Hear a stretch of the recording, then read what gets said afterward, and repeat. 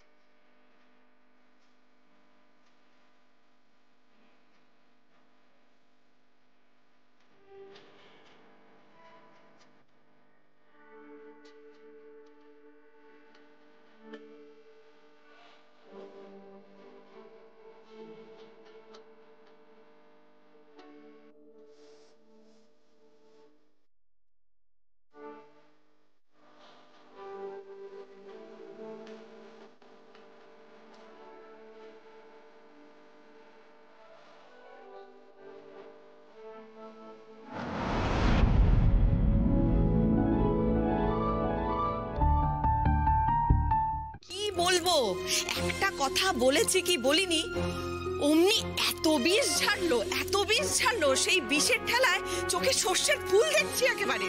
কি গো, কি বলেছে গো? কি ব্যাপার বলো তো বড় বৌদি? আরে সকাল সকালে তো অশান্তি কিসে?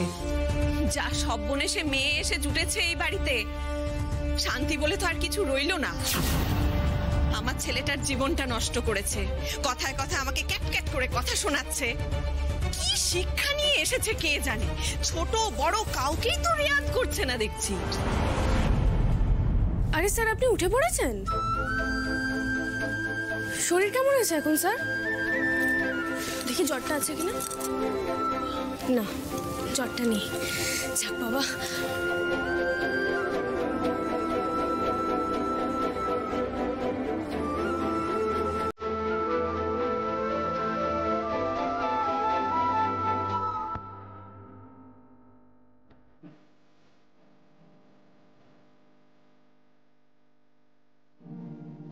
সারা তুমি জেগেছিলে না?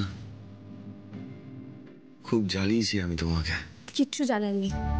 আপনি ফ্রেশ হয়ে আসুন তো, আমি একটু গরম গরম চা করে আনি, শরীরটা ঝরঝরে লাগবে। দাঁড়ান।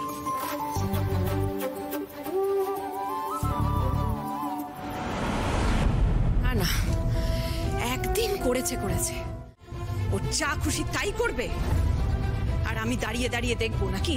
হ্যাঁ, কি দাঁড়িয়ে দাঁড়িয়ে দেখবে না গো বড় বৌমা? দেখে তো মনে হচ্ছে কোমর বেঁধে তোমরা দরবার নিয়ে নেমে পড়েছো। মা, না নেমে উপায় আছে? আপনারা যাকে লাই দিয়ে দিয়ে মাথায় তুলে রেখেছেন, সে আমায় আজ কি বলেছে জানেন? বলেছে আমাকে নাকি সাইজ করে দেবে। হ্যাঁ, এই কথা বলেছে? হ্যাঁ। তুমি সেটা শুনলে?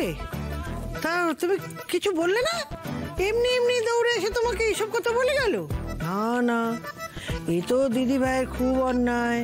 ঠাম্মি, হ্যাঁ, স্যারের ধুম জ্বর এসেছিল গো কাল রাতে। অত রাতে কাকে ডাকবো আমি বুঝতে পারিনি, তাই নিজেই জল পড়তে দিই। সে কি? দাদু ভাইয়ের জ্বর?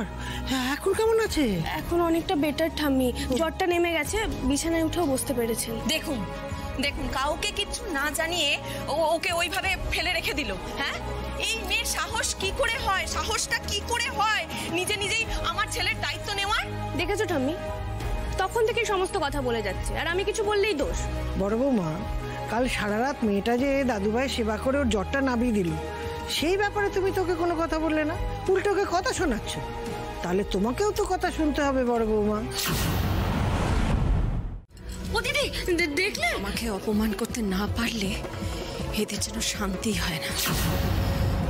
তুই দেখেছিস মেজো, কাউকে কিছু জিজ্ঞেস না করে দুম করে রান্নাঘরে ঢুকে পড়লো, কারোর কোনো পারমিশনের তোয়াক্কাই করছে না। সেটাই তো দেখছি। না না, এইবারে আসার পর থেকে না কেমন যেন সাপের 5 পা দেখে ফেলেছে। হ্যাঁ গো, বলছি এবার কি তাহলে রান্নাঘরেরও দখলদারিটা নিয়ে নেবে নাকি? নেওয়াচ্ছি, দাঁড়া না, নেওয়াচ্ছি। ও যদি বুনো ওল হয় তাহলে আমিও বাঘাতে তুই সর।